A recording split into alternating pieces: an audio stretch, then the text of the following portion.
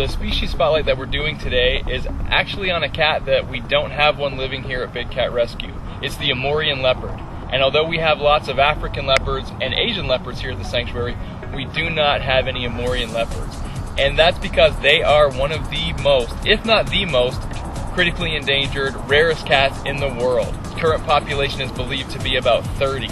And they are found in the very, very farthest southeast corner of Russia, maybe right on the border of China, a little bit into Korea. And they live in the mountainous forest. They pretty much live in the areas where there's deep snow most of the year.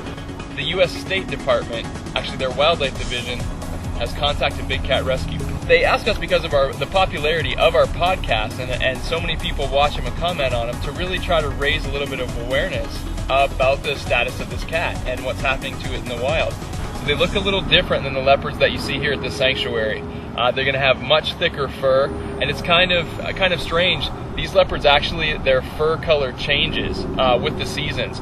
So they're very pale, thick pale fur in the wintertime, and in the summer they're a much deeper reddish orange.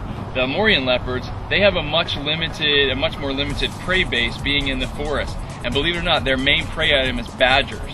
These cats are actually so rare that every time one of these animals is poached, every time that one is shot for eating livestock, it actually has a very serious impact on the chances for the whole species to survive. And people might say that, well, there's lots of leopards and they're very widespread, so what's the difference? A leopard is a leopard.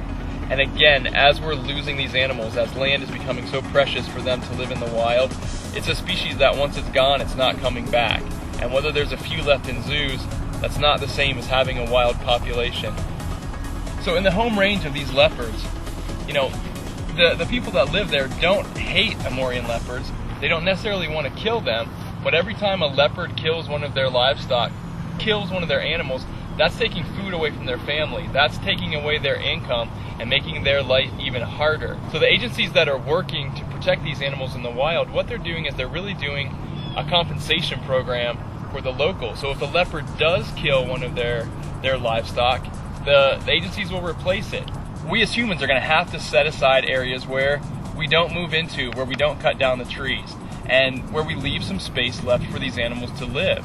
And that's not just for the Amur leopard, that's for the snow leopards, that's for the Amur tigers. Almost all of the big predators in the wild are facing the same problems, and that's that human encroachment is just taking over everywhere they live.